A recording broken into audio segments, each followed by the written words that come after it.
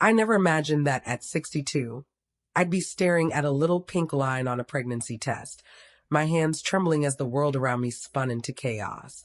It was positive. Me, Margaret Thompson from small town Ohio, a widow who'd buried her husband 10 years ago, suddenly carrying a child. The news leaked out somehow. Maybe the doctor's office, maybe a nosy neighbor, and before I knew it, headlines screamed across the internet. 62-year-old grandma defies odds, pregnant after decades. Reporters camped outside my door, cameras flashing like lightning in a storm. Strangers called me a miracle, a freak, an inspiration. But they didn't know the half of it. They didn't know the betrayal that shattered my heart, the sacrifices I'd made in silence, or how this tiny life inside me was my quiet rebellion against a family that had thrown me away. If you think this is just some feel-good story, stick around. Because what led to this moment? It was pain so deep it nearly broke me, but instead it set me free. It started on a crisp autumn morning last year, the kind where the leaves crunch underfoot like old memories. I was in my kitchen, the one with the faded blue curtains I'd sewn myself back when my kids were little. The smell of fresh coffee filled the air, bitter and strong, just how I liked it. But that day, it couldn't mask the ache in my chest. My daughter, Emily, called not to check on me, but to deliver the blow. "Mom," she said, her voice clipped like she was reading from a script, "we've decided the wedding will be small. Just immediate family. You understand, right? Space is limited. Immediate family." As if I, the woman who carried her for 9 months, wasn't that. I could hear her husband in the background, that smug tone whispering something about not wanting drama. Drama? From me, the one who'd worked double shifts at the factory to pay for her college, who skipped vacations so she could have dance lessons. I hung up the phone, the receiver cold against my palm, and stood there in the silence, the clock ticking like a heartbeat too slow. Every day after that felt heavier. I'd wake up early, the floorboards creaking under my feet, as I padded to the laundry room, folding Emily's old baby blankets, ones I'd kept for sentimental reasons, brought back the sting. The fabric was soft, worn from years of use, smelling faintly of lavender detergent. I'd garden in the backyard, my knees aching on the damp soil, pulling weeds that seemed to grow back faster each time. Just like regrets, I'd mutter to myself. Cooking was my ritual. Chopping onions that made my eyes water, stirring pots of stew that no one came to eat anymore. The house was too quiet now, echoes bouncing off walls lined with photos of happier times. Snow fell outside the window that winter, blanketing everything in white. But inside, I felt the chill deeper in my bones.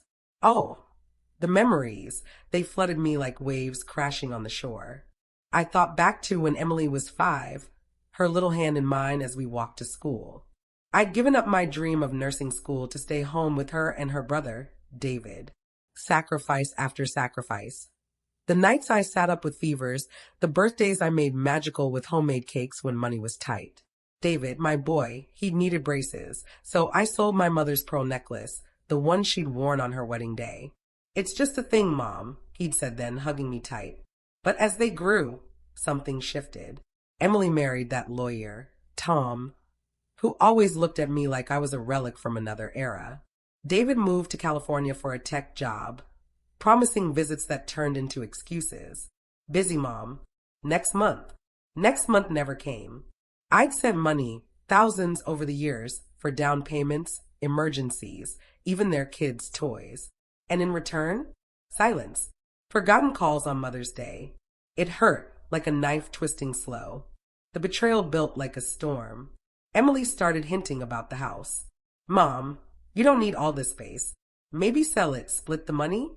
For the grandkids' future." The grandkids I'd barely seen. Tom would chime in during rare visits. "You're getting older, Margaret. What if you fall? Better to downsize now." Gaslighting, they call it. I learned that word later. David was no better. He'd call only when he needed something. "Mom, can you wire me $500? Just this once."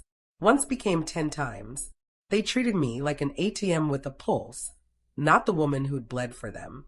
One evening, Emily snapped over dinner, "You're so clingy, Mom. We have our own lives." Clingy? For asking to see my grandchildren? The words landed like shards of glass, cutting deep. I cried that night, alone in my bed, the pillow muffling the sobs. How had my love turned into their burden? But then, the turning point came softly, like dawn breaking through clouds. I was in the doctor's office for a routine checkup, complaining about fatigue, thinking it was just age catching up. The test came back, and there it was. Perimenopause hadn't fully hit, and somehow, against all odds, I was pregnant. Wait, no, let me back up. After the wedding exclusion, I'd felt so empty I joined a senior support group online. That's where I met Robert, a kind widower from the next town over. We talked for hours about loss, about life slipping away. One thing led to another. At my age, I didn't think precautions were needed. Nature had other plans. The doctor confirmed it. Viable, healthy. A miracle, she called it.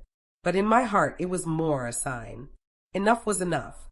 I'd given my life to others, now this child was for me. I didn't tell the family right away.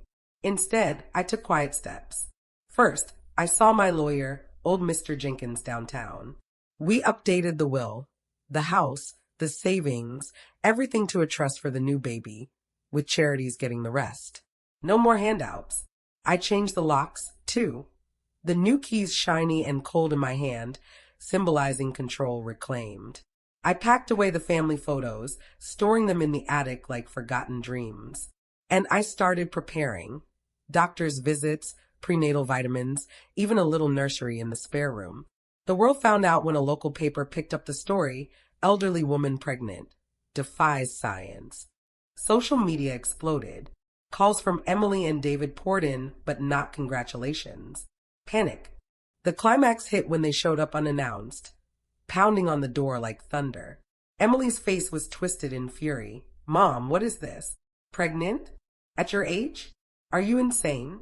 And the will. Tom saw the papers. How could you cut us out? David paced behind her. This is ridiculous. You're being manipulated by that guy. Give us the house. We'll take care of you. Gaslighting again, blame shifting like pros.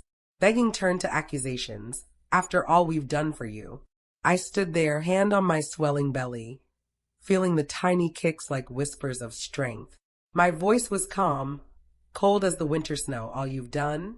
You mean taking, ignoring, excluding? No more. This is my life now. Leave. They stormed off, threats echoing. But I shut the door, the lock clicking with finality. Now, as I sit here in my garden, the sun rising golden over the horizon, I feel peace. The flowers bloom around me. Roses I'd planted years ago, resilient through frost. The ocean isn't far. I can hear waves in the distance, washing away the old hurts. This baby, kicking strong, is my fresh start. A symbol of life reborn from ashes. I've found empowerment in the quiet. Walks with Robert, plans for the future, a home filled with new laughter soon. The world was shocked, yes, but I wasn't. It was karma, justice in the form of a heartbeat. And the lesson? Dear listener, hold your dignity tight. Sacrifices are beautiful, but not at the cost of your soul. Set boundaries, even with those you love most. Let go of the broken bowls, the empty chairs. Life can bloom again, even at 62. Empowerment isn't loud. It's the quiet choice to choose yourself. And in that, you'll find the truest peace.